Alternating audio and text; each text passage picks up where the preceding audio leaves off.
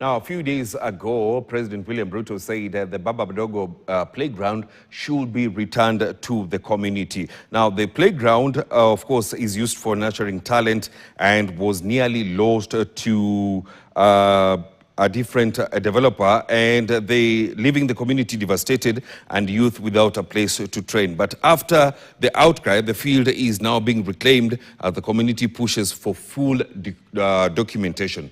Let's listen in to what the people of Baba Mdogo have to say about that playground.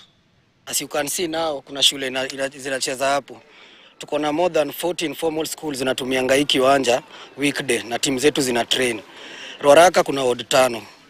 Na kwa hilo Ruaraka mzima public social amenity ile iko tu hapa tunatumia ni hii kiwanja yetu. Timu zote zina access hii kiwanja. Kuna ligi za FKF, kuna ligi za Maisa na kuna ligi za Zebstrong za Watoi. So future yangu ni juu ya Watoi, tunawalilia. Tutapata wapi leaders of tomorrow? Ama tutacreate aje role models wengine wenye wanakuja? Ni through sports kuempower young people ndio wafike mali watafika kwa kuwa maana kwa community.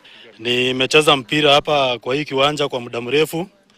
Wakati ile timu ya Baba Mdogo United ilikuwa inajulikana kabisa. Na hii kiwanja imeproduce wachezaji wengi sana, ambao wengi pia wengine wamechezea Harambee Stars.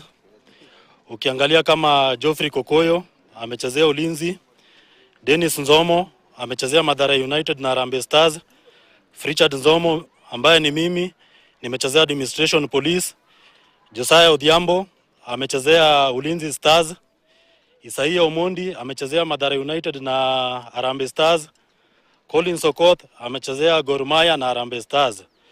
So mimi ningependa kuchukua hii fursa nirudisha shukrani kwa wale viongozi ambao wameweza kutushughulikia, ambao wameweza kutupigania kiwanja ikaweza kurudi.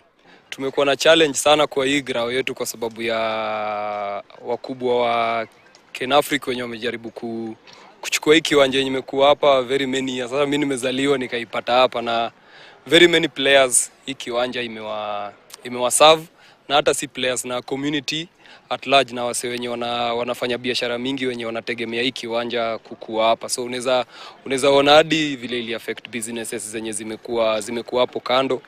Plus the bigger part pia ni watoto, na kila mahali kwa society watoto tu ndio wanakuwa face ya country, kwa sababu mzee anapita mtoto anakamini. So kumzimia future ni kufanya makosa kubwa sana.